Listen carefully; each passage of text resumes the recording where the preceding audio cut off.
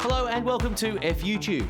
First up this week, it's Lanola, who sent us an example of what we like to call empty vessels. You know, products that seem really appealing on the outside, but that turn out to be an empty disappointment. Now, Lanola's beef is with John West Tuna, and she's furious. I was a tad disappointed with the content in the can, or the lack of content. Whoa, steady on, Lanola. It appears that John West rejects too much tuna because the can was half empty. And Lanola's not alone. Kirsty swapped tuna brands after watching the checkout. As a middle-class, middle-aged woman, I took your segment on ethically minded tuna purchases to heart. So I set about buying pole and line tuna. But even though Safcol's 425-gram can contains responsibly fished pole and line tuna, there's a catch. There's actually only 275 grams of actual tuna. Well, I guess it's kind of responsible to catch less tuna. As it happens though, both John West and Safcol actually scored very well in Greenpeace's latest canned tuna guide, which ranks the main Australian tuna brands in terms of sustainability and human rights. The full details are at changeyourtuna.org.au. And I've got to say, that site raises some very troubling moral questions. On the one hand, it's got lots of information about responsible tuna fishing. On the other hand, change your tuna? I mean, in the words of renowned moral philosopher and animal rights supporter Peter Singer, there's simply no ethical or philosophical justification for that pun. Now, the latest guide is actually pretty encouraging. Greenpeace says Australia's improved a lot in terms of fishing method, traceability and transparency. Although one brand has changed its tune for the worse. Greenseas. That's Greenseas. Now, you could be forgiven for thinking, based on that name and their logo of a dolphin performing tricks in the dangerously shallow waters of a deserted island, that Greenseas is some kind of eco-brand.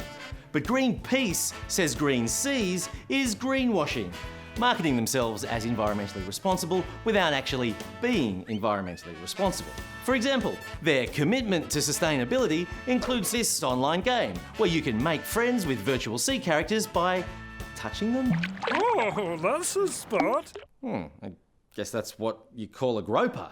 There's simply no ethical or philosophical justification for that pun.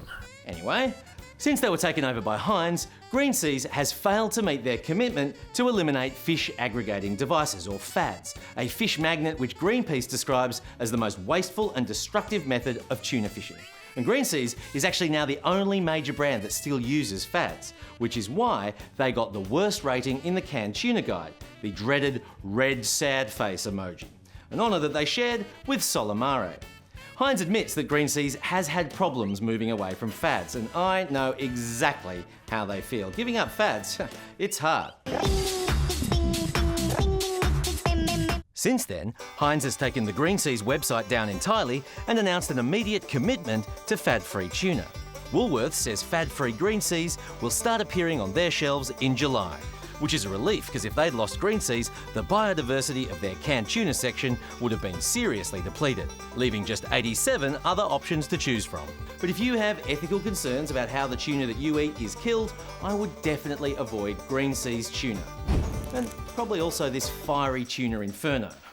That just seems cruel.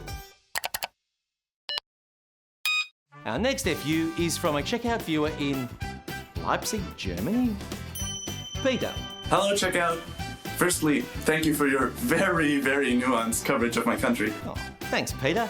We really hate stereotypes. There is no apparent benefit for the consumer. Peter's one of the 1.2 billion people around the world who use the instant messaging app WhatsApp. When I opened WhatsApp recently, I was asked to update the terms of service. I bet there's nothing to worry about in those new terms of service, right? Things have changed a little at WhatsApp. Their privacy policy used to say, respect for your privacy is coded into our DNA, and we built WhatsApp around the goal of knowing as little about you as possible. Which sounds great.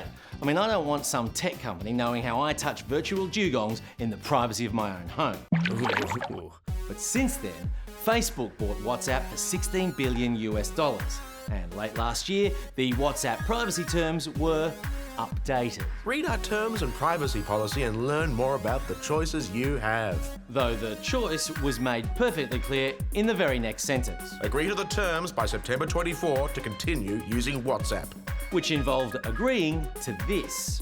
Share my WhatsApp account information with Facebook to improve my Facebook ads and product experiences. But Peter, that change landed WhatsApp in court thanks to the good folk at your country's peak consumer group, the Verbraucherzentrale Bundesverband. Yeah, that's what I said. Or VZBV for short. Okay, let's go with that. Anyway, those guys argued in court that the new WhatsApp terms and the way they were rolled out breached Germany's privacy laws, which are much tougher than Australia's. And parent company Facebook also faced similar legal complaints from the regulator at the... How do you pronounce that? The EU. Thank you. Since then, WhatsApp's been working with the EU regulators to negotiate new terms under which it can give WhatsApp user data to Facebook. And apparently, a deal is now imminent. But even if WhatsApp and Facebook work things out in Europe, there's no reason to assume that those improvements will apply in Australia. Now, the problem with updating terms of service like this is that even though it's presented as an agreement, you really have no choice at all. And businesses tend to make your choice to opt out very difficult. Or, as they say in Germany, it's my way or the Autobahn. That's not something we say. But if you care about data privacy, tech site Gizmodo says WhatsApp is no longer the best option. And if privacy is really not important to you, send us a video and we'll put your consumer gripe on national television. The checkout will be back next week, but for now, it's good night to all of our German viewers.